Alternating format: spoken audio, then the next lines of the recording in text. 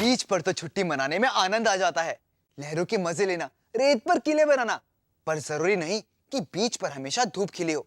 क्या आपके साथ कभी ऐसा हुआ है कि आप बीच गए थे और वहां तेज हवा चल रही थी और फिर बारिश शुरू हो गई? चलिए एक काम करते हैं, इस दृश्य को बनाकर देखते हैं। मैं आपको ये रंगीन पेस्टल से बनाना सिखाने वाला हूँ। ये वाकई में आसान और बहुत मजेदार भी है। हम एक नीले पेस्टल से अपनी ड्राइंग शुरू करेंगे।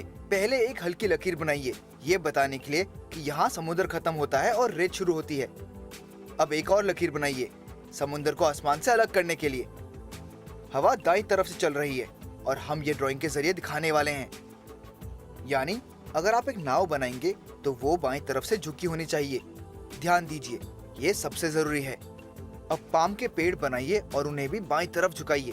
आपको सारी चीजें ऐसे बनानी है कि लगे हवा से उन पर असर हो रहा है।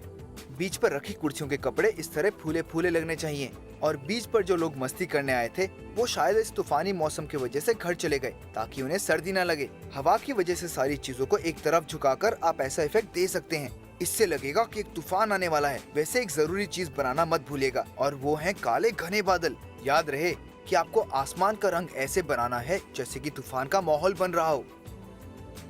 देखा, ये ड्राइंग कितनी बढ़िया लग रही है। कुछ हिस्सों पर दबाकर रंग कीजिए ताकि बादल थोड़े घने लगे। आखिर में बीच की रेत को पीला, ब्राउन और कहीं कहीं हरा रंग दीजिए, इससे ये बहुत ही खूबसूरत लगेगी। जरा देखिए तो, ये कितना मजेदार दिख रहा है। क्या बात है! हमने इस नजारे को हवादार बनाया है, पर हमें इसमें अभी भी एहसास कराना बाकी है कि बारिश होने वाली है। जानना चाहेंगे कि ये हम कैसे करेंगे? तो ध्यान से देखिए। अब एक कॉटन बड लें और इसे पेस्टल के कुछ रंगे हुए हिस्सों पे चलाएं। इससे इसमें एक बढ़िया इफेक्ट आ जाएगा। याद रहे कि हवा दिखती नहीं है, इसलिए हम चीजें इस तरह से बनाएंगे ताकि पता चले कि हवा का उन पर क्या असर हो रहा है। हर बार अलग रंग होने पर एक नया कॉटन बड लीजिए।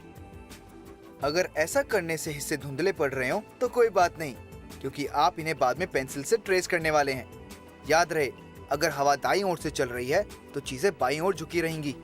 बिल्कुल ऑपोजिट। एक नीली पेंसिल की मदद से समुद्र में लहरें बनाइए ताकि पानी तेज बहाव वाला लगे। देखिए ये मैं कैसे कर रहा हूँ, इस तरह, बस लकीरें जो रिपल्स जैसे दिखे।